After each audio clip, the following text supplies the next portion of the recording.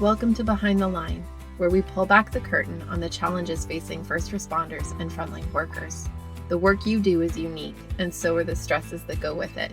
Join me as we tackle key issues to reduce risks for burnout, and as we work to support you in doing the job you love without sacrificing being the kind of person you want to be.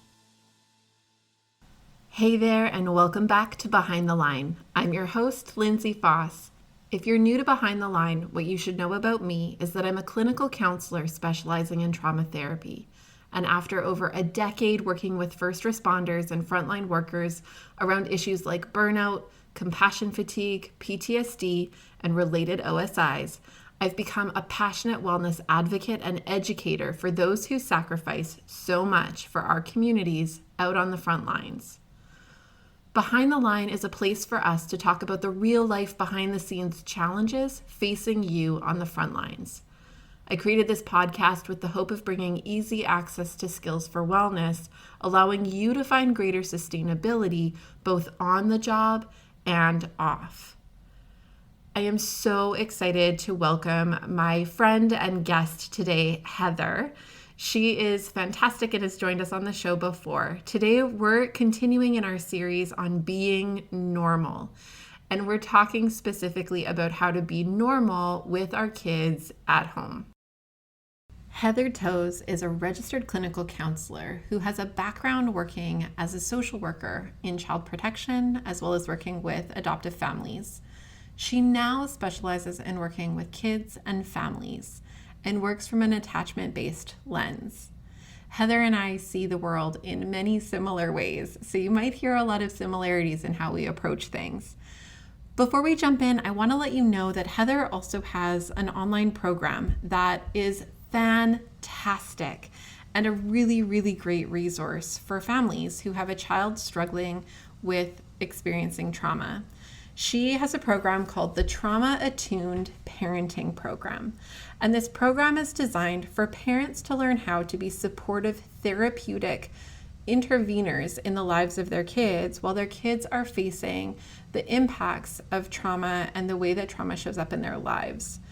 So she has two versions of this program, one for general families in needs, and another specifically attending to the needs of foster and adoptive families who face some unique challenges.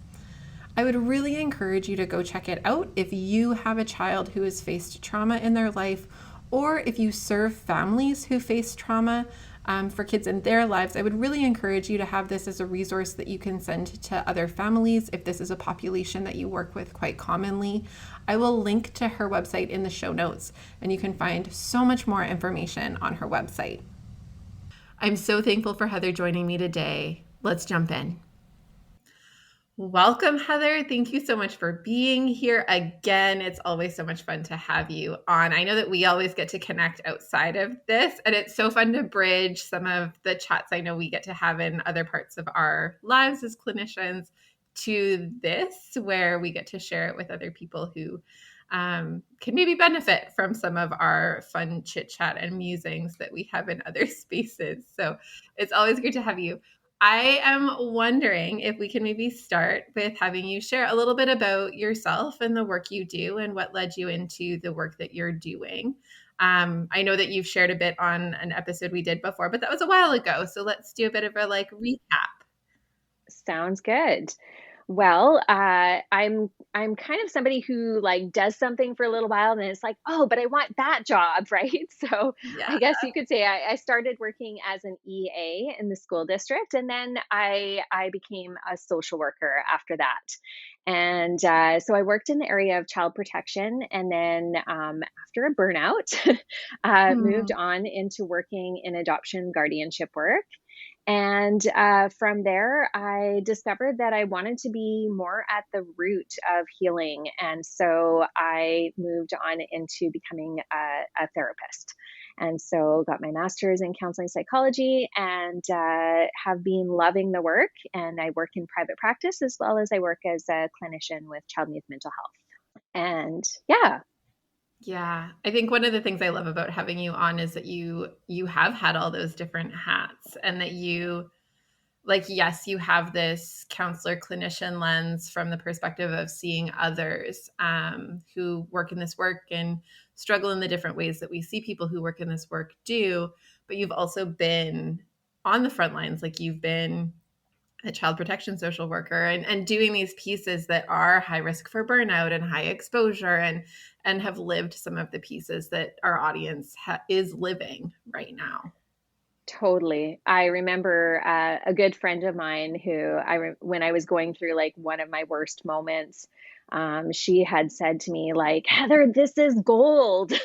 And Wow. I think that we have to remember that our experiences really shape us to who we are.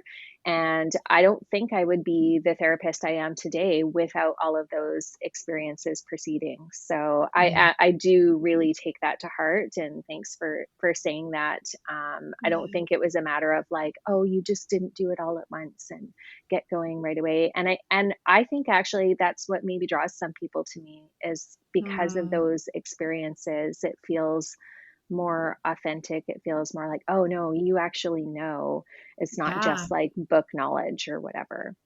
for sure. For sure. Yeah. Well, and I think, I mean, this is a topic for a very different day and one that we actually are hoping to tackle in the next couple of months here. But one of the things I talk with a lot of first responders and frontline workers about is about having an escape hatch. Like, and to some extent this actually is part of our topic today, that no one is actually physiologically, neurologically built to do the kind of work we're asking people to do when they're working in first response and frontline work. No one is like wired to manage the degree of exposure well. And so, one of the lies I think we tell people at the start of their career is that this is a really great 30-year career, when in reality, most of the people we know who have probably made it to 30 years probably aren't some of our favorite people, because they have had to sacrifice some of their humanity to do the job for 30 years.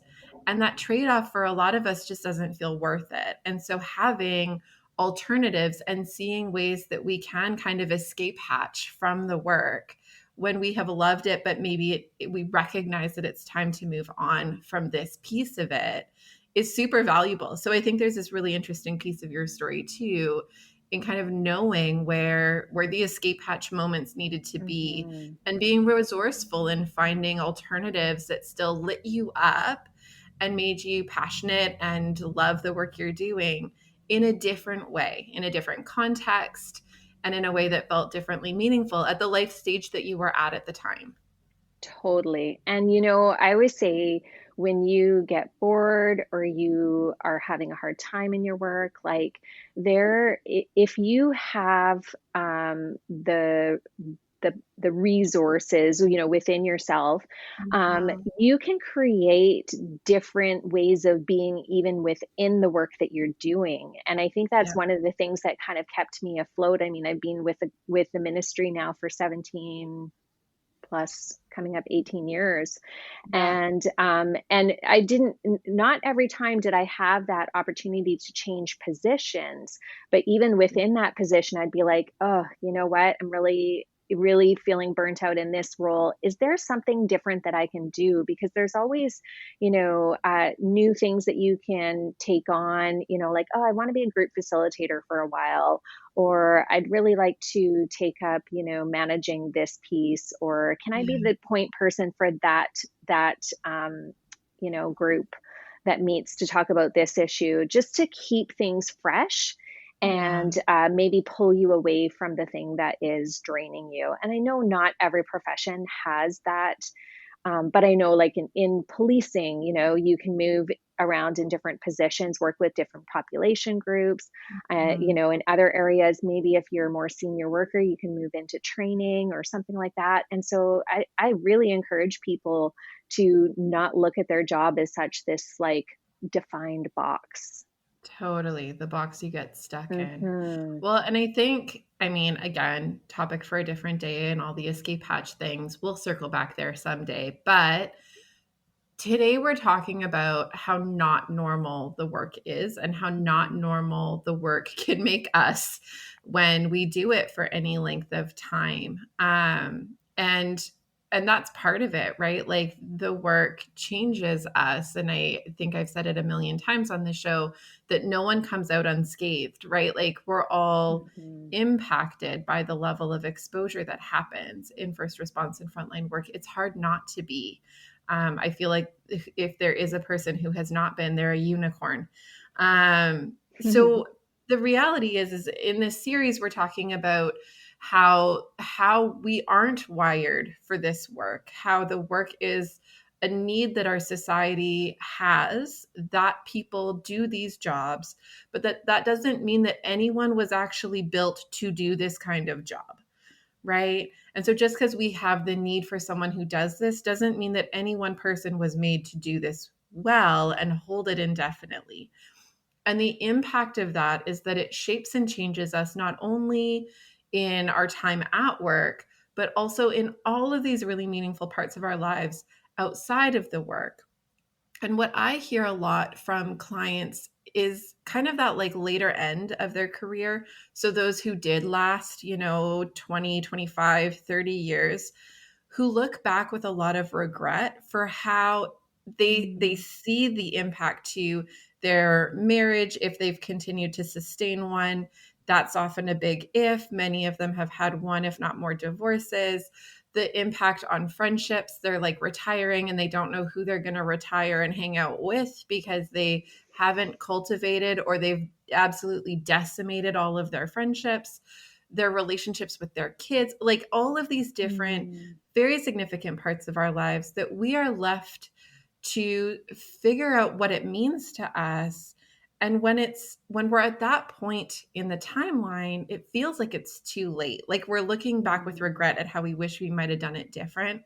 And I guess what I really hope for this episode is for us to figure out how we can chat about ways that we can do that differently so that we're not regretting the relationships we're cultivating specifically with our kids, because that's been so much Mhm. of your work. So given your work with kids and families and your own experience in frontline work and parenting, what do you see as the most common challenges for parents where either one or both parents are in some kind of emergency response work? Yeah. Well, maybe I'll share that. I asked my husband for permission to share this.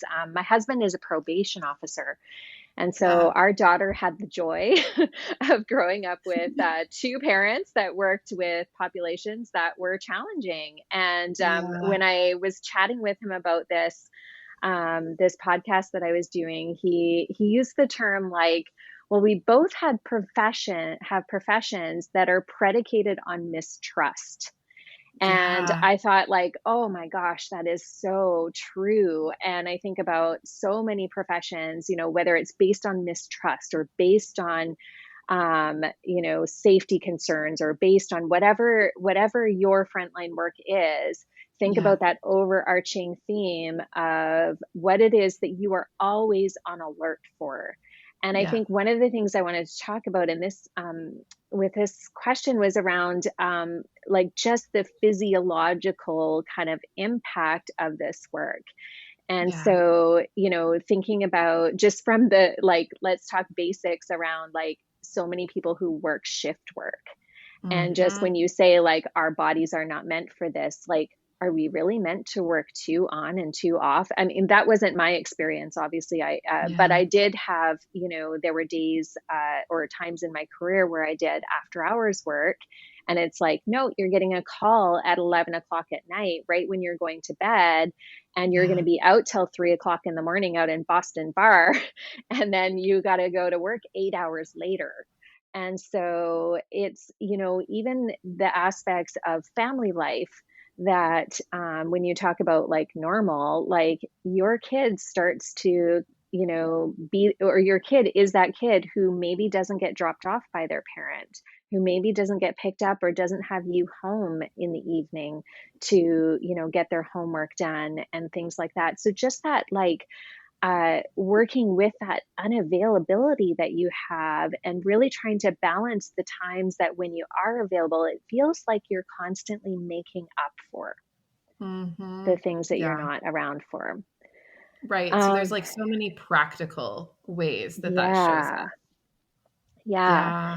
So the other thing physiologically that I was thinking about, there's this philosophy of or a theory around threat detection that Mhm. every second we scan our environment 4 times as to whether we are safe or not safe.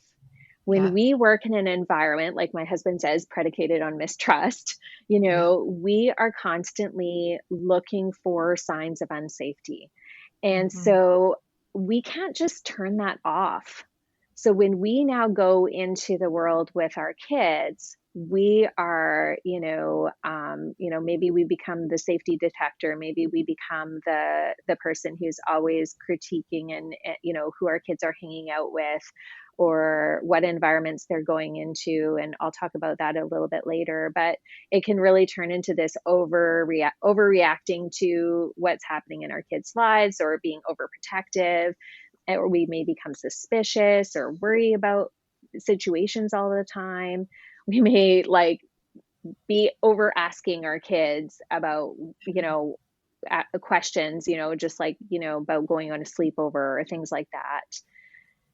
And then add in exhaustion, add in burnout factors, like how, that idea of like, I can just turn it off at the end of the day and now I'm going to go and be with my kids. It's not like that, Yeah, right? totally. Yeah.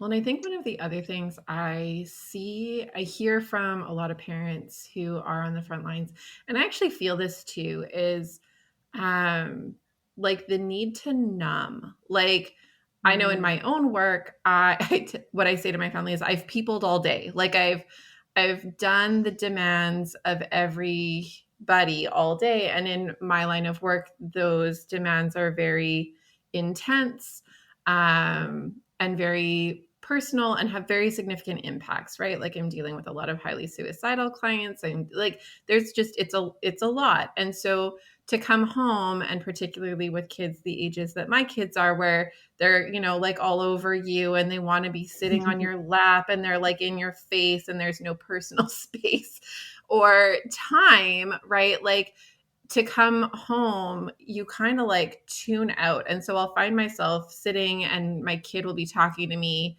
and I'm like, what? Were you talking? Like just the like your brain is kind of fried at the end of all of that. And yet you're expected to show up and still parent and be present. And you want to be, right? Like you want yeah. to be a participant in it. You want to feel like you're there. And yet you also kind of want to just check out. And so I think that's the other piece is like there's the vigilance that leads us into these like kind of overprotective things, but there's also this like numbing, disconnecting, dissociative kind of thing that takes us away from even just enjoying the parts of it that are good. Hmm. Well, Yeah. even being a little bit further on the other side of parenting here, my daughter is 23.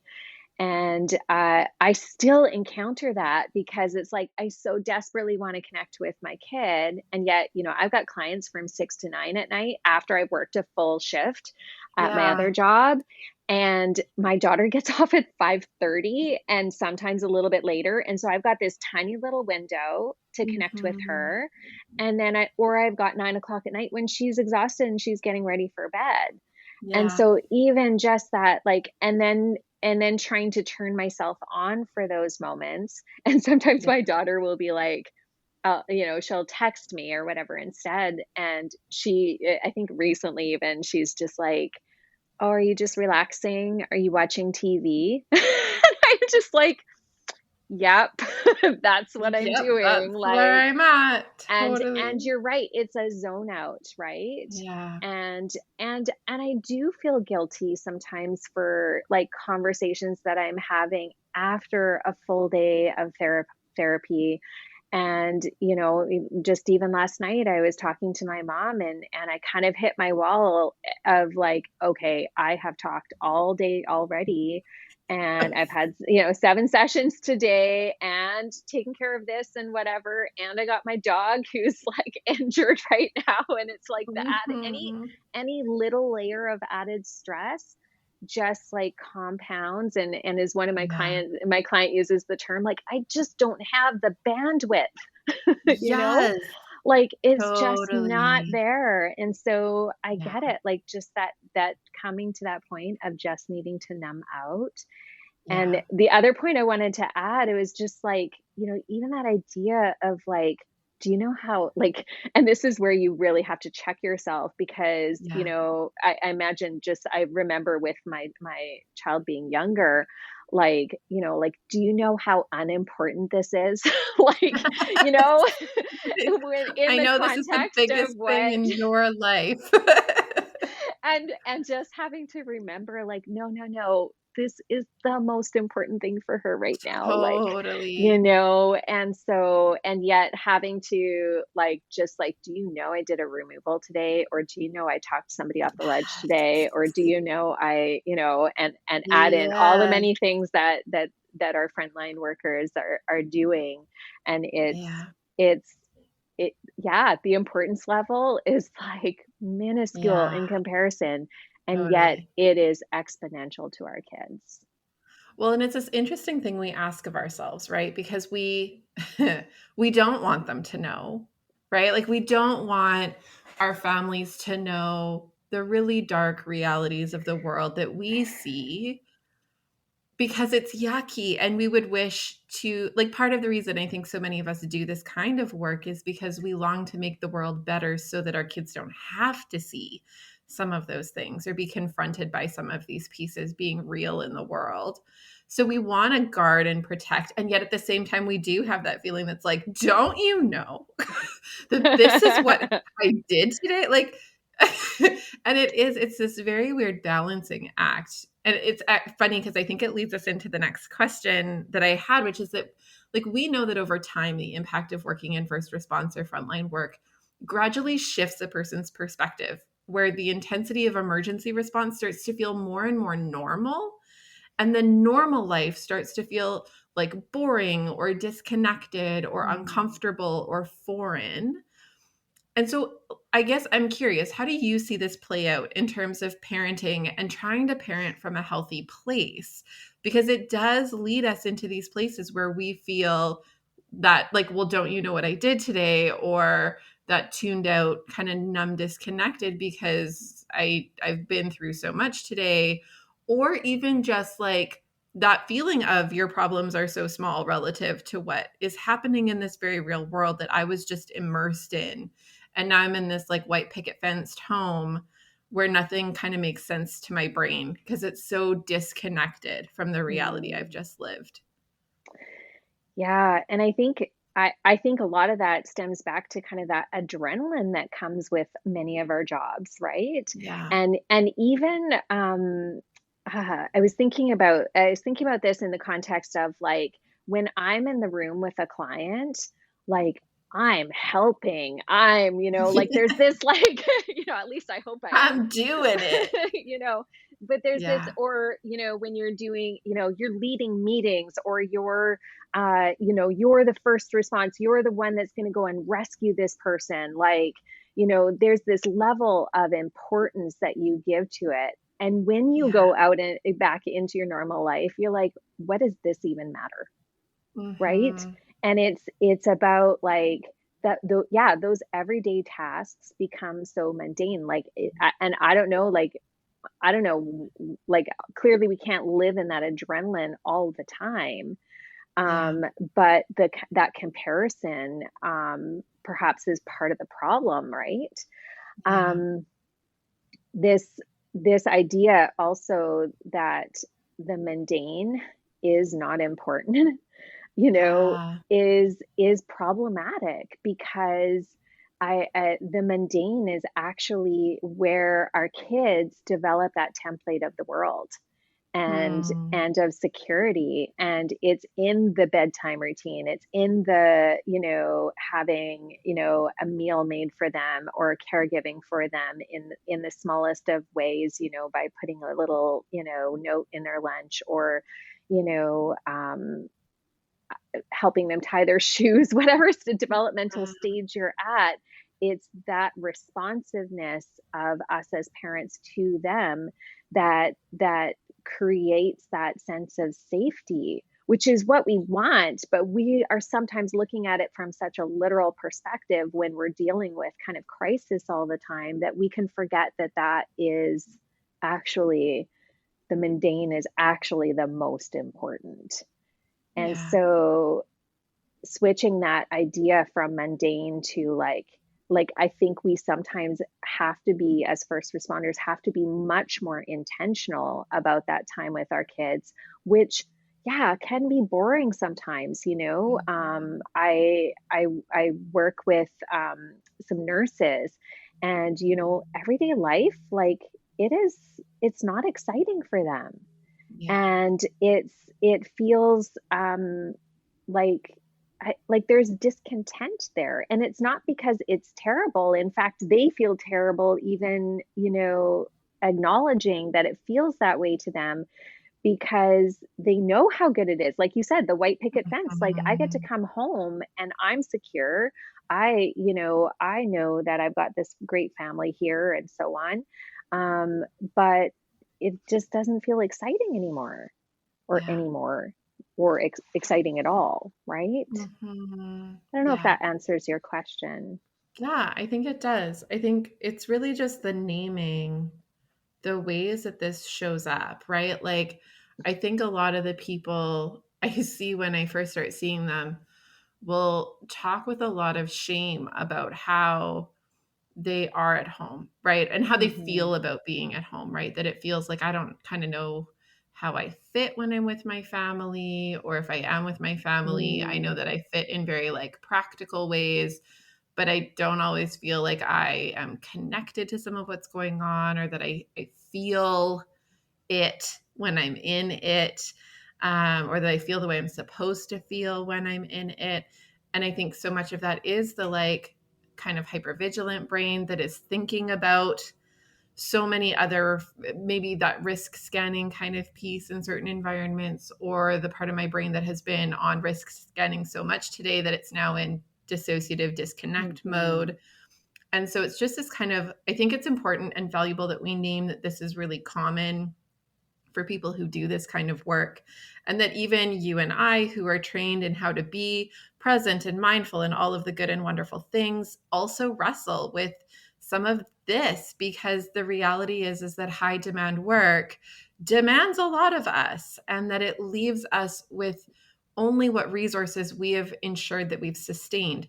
And so it's this Yeah. like very tricky mathematical equation of how do we not let the work take more from us, leaving us less to do the things that are actually the real parts of our lives. Oh, so good, so good.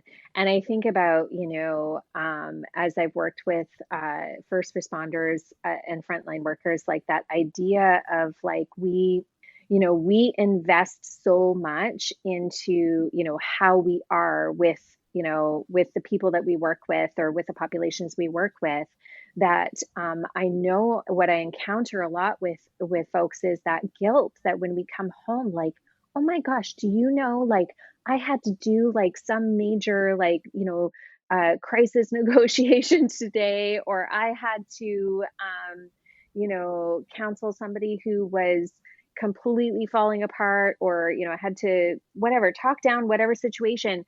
And then here I am in front of my family, and I've got all of these skills. And do you think I can use them? Right. Like, right? Like, it's just like, Uh, oh and my gosh, true and story. you know, I work a lot with parents whose kids are struggling, you know, with mental health or with behavioral concerns or things like that. And those parents who are, you know, skilled people in their professions can still be falling apart as parents. I Yeah. mean, we know this as therapists. I mean, we come across people all the time, you know, our Yeah. colleagues who have gone through divorces, who are struggling with their own kids' Yeah. mental health, who are struggling with their own mental health. Yeah. And yet we still go every day and do this work, and probably potentially do it really well, but Yeah. can't apply it to ourselves. Yeah. And I think that can be really devastating to folks to recognize Yeah. that, oh, I'm struggling. And Mm-hmm. I think it's just another reason why it's so important to care for ourselves, and, you Yeah. know, not think you have it all together all the time, right? Or have to have it. Yeah, well, and I Yeah. think I was about to say, I think there's also this piece of like kind of knowing the balance. So I think it's valuable that we're naming that this is common and that it's almost impossible. Like I have said earlier, that no one comes out unscathed from the work. That also means that no one comes out unscathed in our families. Like the work will inevitably and invariably touch our families. It will affect our families. Now, that can include negative ways that it distances us or disconnects us or makes us more helicopter parenty, perhaps, or, a bit more controlling of certain kinds of environments or things like that Mhm. because we've seen too much. But there's also pieces of it that can be really valuable. I think my kids are far more empathic kids than the average kids their ages because we talk a lot about feelings in our house. We talk a lot about risk factors in our house. We talk a lot about contextualizing what other people's lives might be like. I was like the most proud therapist mama ever when my 2.5-year-old said, I feel so frustrated. And that was Oh. like one of his first multi-syllable words. And I was like, oh my God, I've done it. I've achieved it. I am the best parent. And then it went downhill from there. But it was like a very, it's one of those moments where I was like, I'm doing something right. You have language for how you feel. It's good. But like Oh. I think there's this really important thing for us to name too, which is that while there are negative consequences that we need to be conscientious of, there's also value our work brings to the kinds of families we're shaping. And we need to hold the tension that there's both. And I want to make sure that we're not just like trashing on people who are doing the best they can and who are parenting in the best ways they know how, and who probably in a lot of ways are winning it with their kids. But at the same time, and I guess I want us to kind of dig into this piece a little bit, like, what are your thoughts about how some of the really vigilant, highly protective, sometimes overly controlling efforts we engage in because we can't unsee what we've seen? How do you think that shapes the relationships kids have with their parents? So you're talking the good and the bad, right? Let's try. Let's try for both. Okay. I this is something that's come up in our household so much. My husband, once upon a time in his work, worked with sex offenders.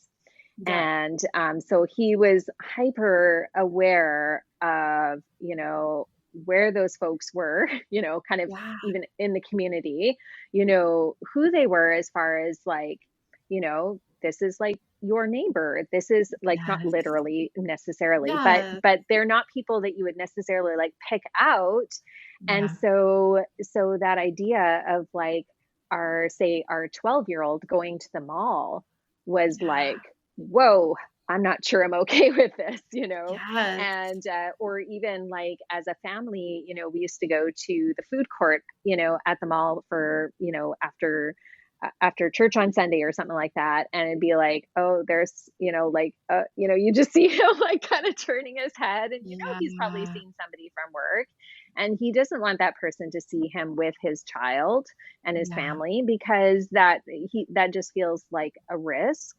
Yeah. And then, for me, what it was that so much of, normal things that kids do, like wanting to go on play dates or going to a sleepover or something, or going to like a birthday party. I remember one time our daughter wanting to go to this play date, and I Yeah. checked in and like, okay, we have all of these arrangements, and then my daughter gets dropped off, I think, with another friend this particular time, and it's like the 13-year-old sister who I know has Mm, struggles, who's going to be the one carrying, and the mhm. parents aren't home as was arranged, and it was like, yeah, this isn't going to be okay with me, like, Yeah. and we ended up having the kids picked up because it wasn't Yeah. okay with us, it wasn't cleared with us. But the other thing is like, sleepovers were such a huge issue because in my mind, I'm like, okay, is there an older brother? Is there some Right. weird uncle that's at the house is like, okay, I'm Yeah. not allowed to do a prior contact check and I can't, like it was just like I can't cross that professional boundary as much Yes. as I want to. I'm sure we have police officers that want to like check for Yes. Oh, their daughter's totally. new boyfriend or whatever, and it's like I can't do that. And yet I think that throughout all of that, I do feel like I instilled a level of anxiety in my child. Mm. And that's where, like, I think we are at risk with kind of like all of the questions that we ask. We are triggering them to be like, oh, this might not be okay. Or, oh, I should be more cautious. Or, oh, there might be danger. Um, and and so it can lead our kids to being more anxious about situations. And that's definitely what happened in our household. And Mhm. yet I'm not sure what I could have done. There's always something I could have done differently, but I'm not sure I could Mhm. have done that differently given where I was at in my career. Yeah. As far as the positive aspects of it, like I do think that my daughter now lives in downtown Vancouver, and I feel like I can trust her gut in Mhm. situations. Like she knows how to keep herself safe. She knows kind of like what is a wise move as far as like, where she's going to walk and things like Yeah. that. And and so I think that there is, and maybe some of that comes from anxiety, but maybe some of that comes from just wisdom that she has gained from things that we've talked about in our household. Totally. I Yeah. think there's a lot of pieces at our house.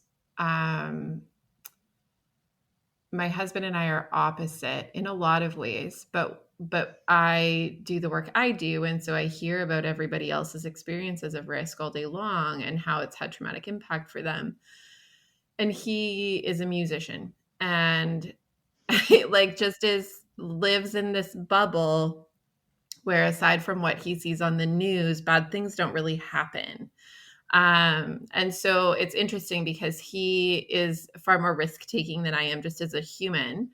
And he encourages far more risk taking in our kids than I ever feel comfortable with.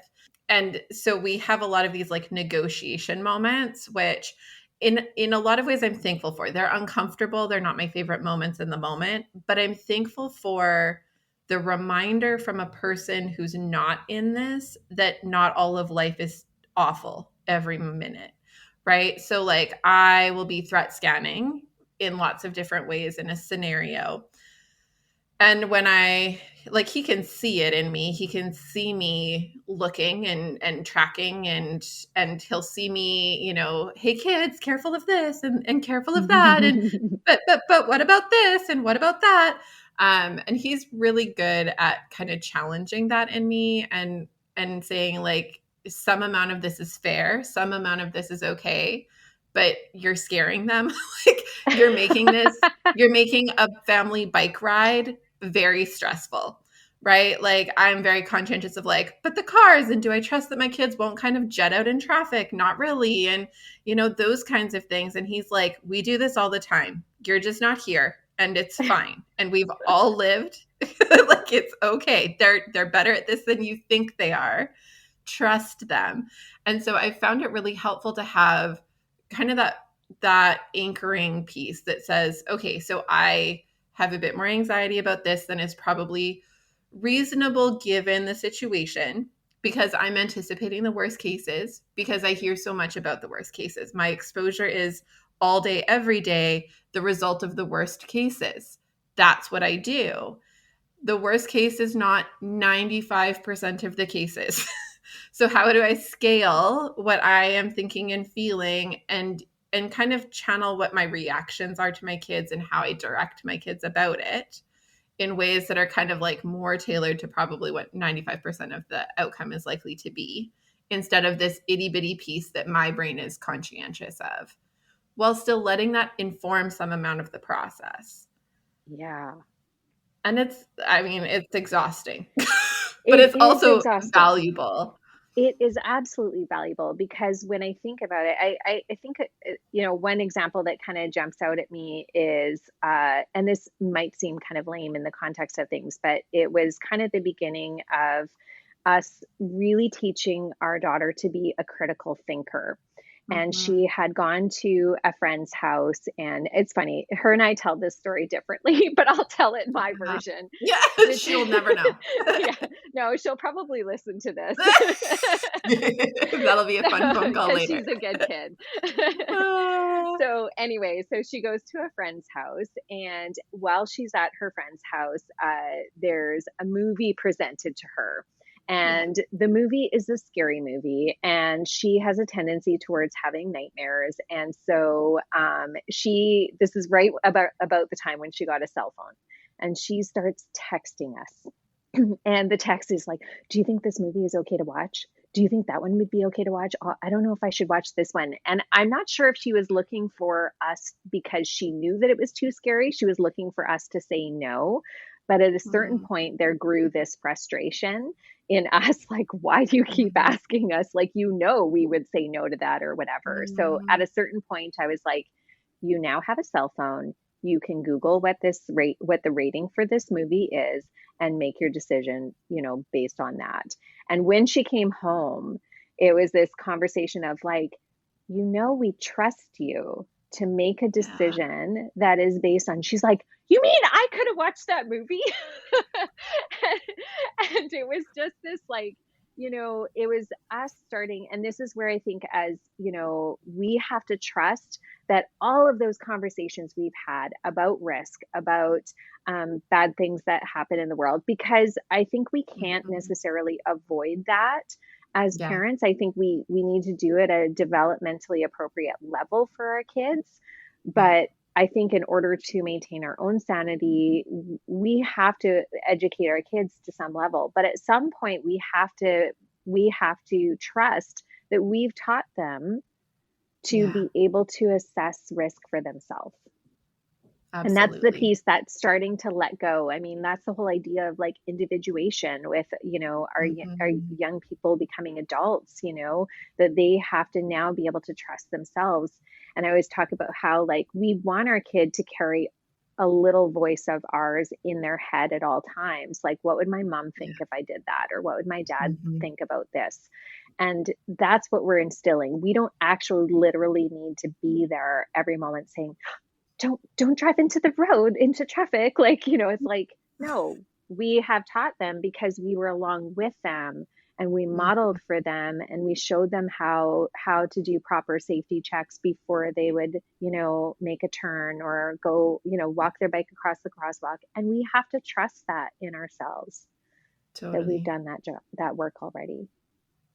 I think one of the other things that I anchor to is, I mean, for sure there's situations where, like death, critical injury, abduction, like these are things that Yeah, I let's not can't talk save, to the but like shelf that for a second. yeah. When we're talking about like experiences that we fear might have negative impact for our kids, I think one of the things that I find weirdly reassuring is some of the research around PTSD, and that 90% of the time when someone's exposed to trauma, they won't develop PTSD symptoms. It's actually a very Mhm. small percentage. The percentage that does develop PTSD, there's common factors among them.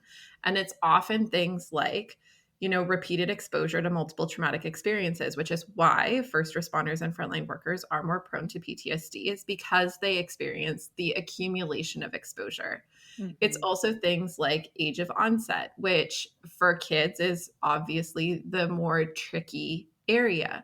But what we know about kids who've experienced trauma is that their rates of PTSD are significantly lower if they come back to a safe place that they trust, where they can share and have that be believed and cared for, right? Like that's our mitigating factor for kids being exposed to things that could be negatively impactful for them. And so I think it's this piece in my head of, I recognize that I can't screen every human my kids are going to interact with. I can't prevent every bad thing from happening. I do want my kids to be able to experience parts of life like a sleepover. And I don't think my fears should outweigh their ability to perhaps have access to that if I can mitigate it to the best of my ability. But again, to the best of my ability, and my ability is going to be limited. I can't control all the factors and all of the possible potential things that could happen. But can I trust that at the end of the day, I have built a context where they feel safe to come home and be like, oh my gosh, did you know that this thing happened? And that they wouldn't even think twice about sharing it. Do I Hmm. feel like I've built a context where my kids understand that secret keeping is not a thing? Right? Like, have I invested in creating protective factors for my kids that would help them to be resilient to hard things that may happen down the road, even when we tried all of the best ways to protect them from them happening to begin with? And I feel very confident that our family has worked really intentionally at that.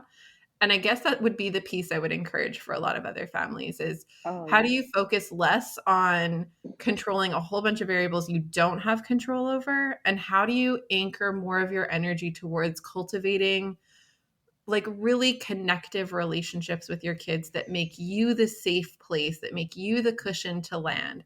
Because it's the far more proactive, protective feature that we can give. We cannot control the world. We cannot bubble wrap them. Absolutely. And I think a lot of that comes like that safety of being able to talk about anything comes from us normalizing talking about things. Not in a Yes. glorified, like let's tell the details of whatever happened, but just Yeah. that, what, hard things happen for people out there and there's places people can go and get help. There's people that are going to step in and support. I remember having conversations around addiction when our daughter was 7. And some people are like, oh, 7, isn't that too young? And I'm like, but we're talking about it in a developmentally appropriate way. And Yeah. so we have created, and I remember our daughter coming in and talking to us about different issues her friends were having and so on over the years. And again, like you say, like, this creates really, if we speak at it from a compassionate place. And I think that that is also, can be problematic in kind of that frontline work, is Yeah. that we can kind of become cynical or bitter, about things that we Yeah. encounter in our work. And so always kind of coming back to a place of compassion, not talking about the addict, but talking about the problem of addiction. And Mm. and I think that's where, my husband and I feel like we did a good job in kind of creating that atmosphere of empathy for the issues that we encounter, and always that idea of like with trauma, hurt people, Totally. and with trauma, there's a story underneath why these things happen. And Yeah. so, yeah, just creating openness, creating that line of communication, and without doing the vicarious trauma piece to our children. That's the Totally. balance. That's the fine thread that we have to work with. It is a fine thread. I wonder, just recognizing our time, I Mhm. know that we talked a lot in the last episode we did together, and I'll link to it in the show notes if anyone didn't listen to it and wants to go back to it. We talked in the last episode we did together about kind of present parenting, how to Mm. come down off the day and kind of adjust our mentality from being in my work hat to being in my home hat so that we can be a bit more quote unquote normal with our kids when we're with them. And so I value that today's topic, we've kind of gone into more the almost philosophically how we show up as parents and how we Mhm. choose to bridge what we learn and see and know about in our work into our homes in ways that feel meaningful and age appropriate and conscientious and intentional. I do wonder if there's any other pieces, like any other additional thoughts you have that you think would be of value to those who are listening, or even resources you might recommend for those who want to invest further in growing like meaningful, healthful connections with their kids. Because I think that working past that disconnect or that dissociative thing, working past the hyperprotective, controlling thing is hard. And it's probably not going to be suddenly and magically changed from having listened to the two of us.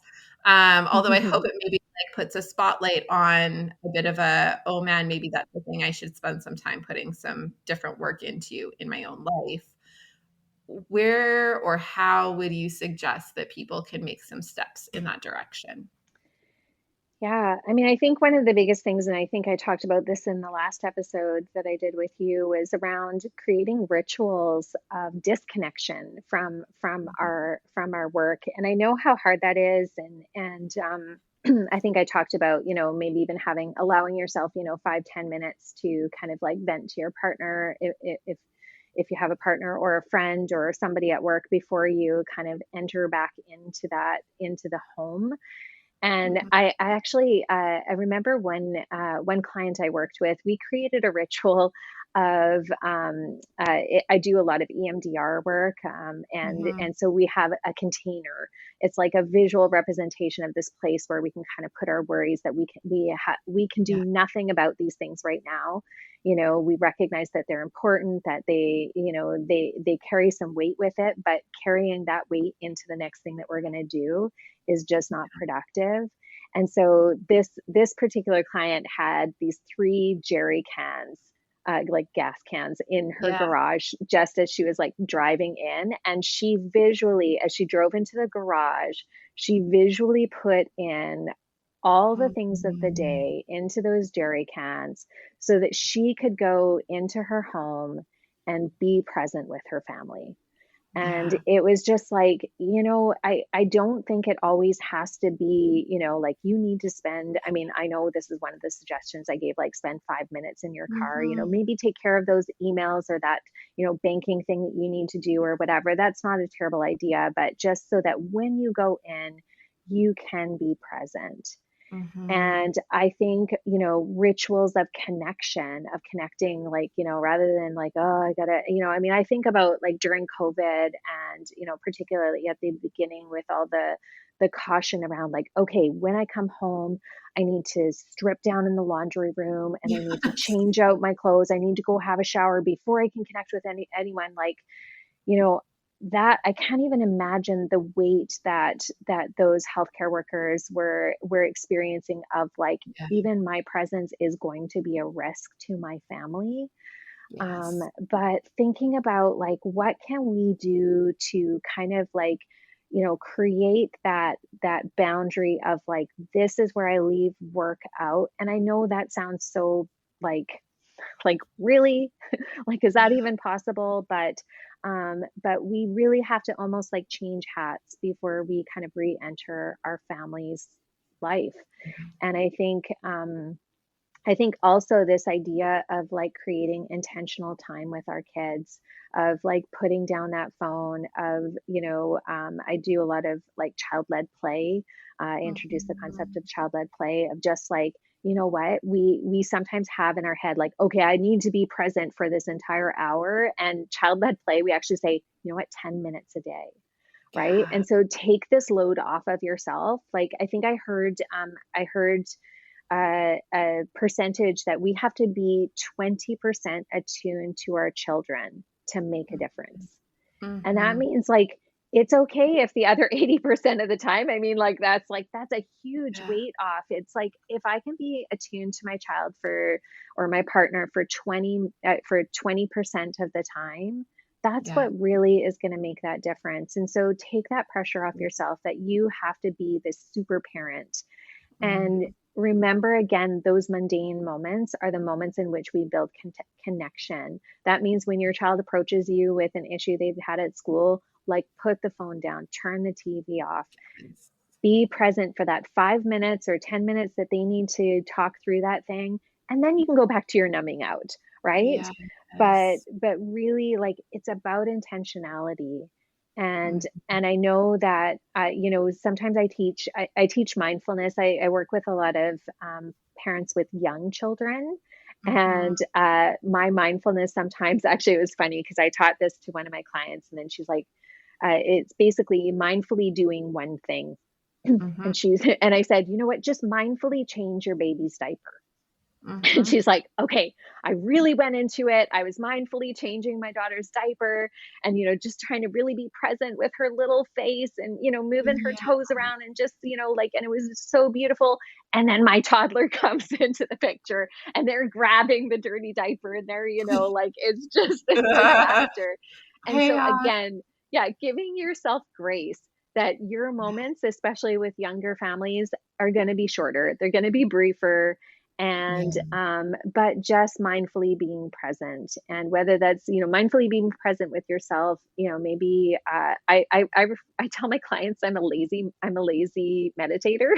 Yeah. which means that when I do a meditation, so I go onto my Insight Timer app and I pick Mhm. anything that's 5 minutes or shorter, because Yeah. I know that that's my attention span to be able to do that, Totally. and I also know that that is meaningful.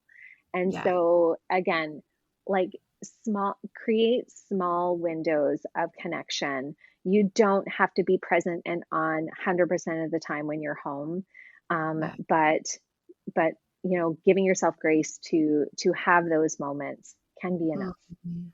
I love that. I want to add one piece because I think this has been like Hmm. the lifesaver in my own parenting life is parent-led play.